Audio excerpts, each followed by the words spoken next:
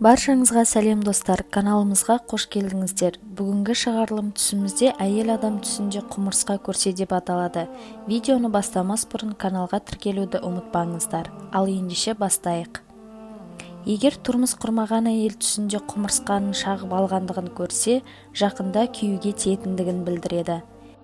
Егер тұрмыс құрмаған әйел түсінде төсегінде құмырсқалардың жүргендігін көрсе, ата-анасымен тұрмыс құру жайлы көп сөйлесетіндігін білдіреді. Егер бойдақ қыз түсінде шашының арасында құмырсқа жүргендігін көрсе, жұмысында қиыншылықтар болып жатқандығын білдіреді. Егер бойдақ қыз түсінде киімінде құмырсқалардың жүргендігін көрсе, өзіне қатты мән беріп, өзін жақсы көретіндігін білдіреді. Тұрмыстағы әйел түсінде құмырсқа көрсе, өте бақытты екендігін және күйеуінің жомарт адам екендігін білдіреді.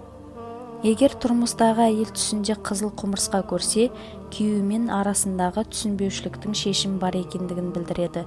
Сол үшін күйеуіңізбен жақсылап сөйлесіңіз. Егер жүкті әйел түсінде қара құмырсқа болса, ұлды болатындығын белгісі, ал егер ақ болса, қызды болатындығын білдіреді. Жалпы жүкті әйел түсінде құмырсқа көрсе, жақсылықтың белгісі.